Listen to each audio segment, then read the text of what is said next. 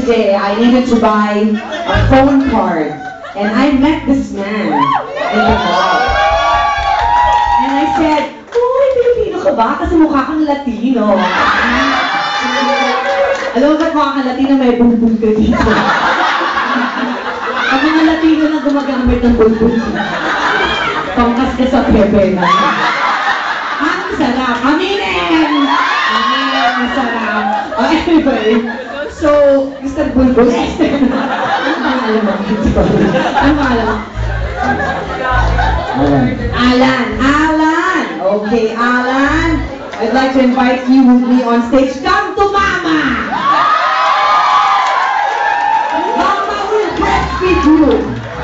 Come here. Come on. Oy!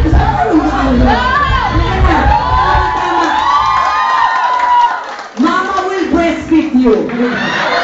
Oh, I forgot. I'm half Chinese, half restaurant. So this part is Chinese. May melanin.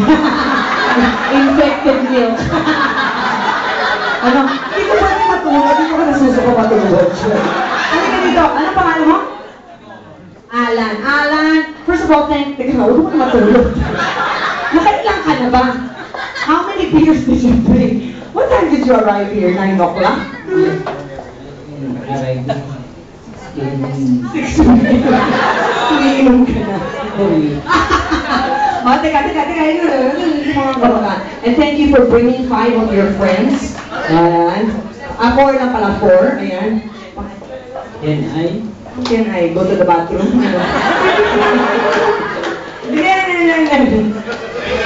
Of course, greet your friends. Eros friend.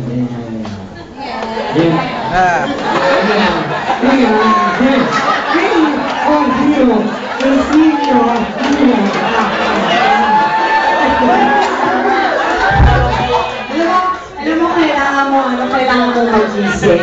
So now, halika dito. I will, ayan, para na gumigewang na to. For you, okay, for you to wake up, I will have to put you in an anxiety relief exercise. In short, i-hypnotize natin si Alan para magising siya. Okay?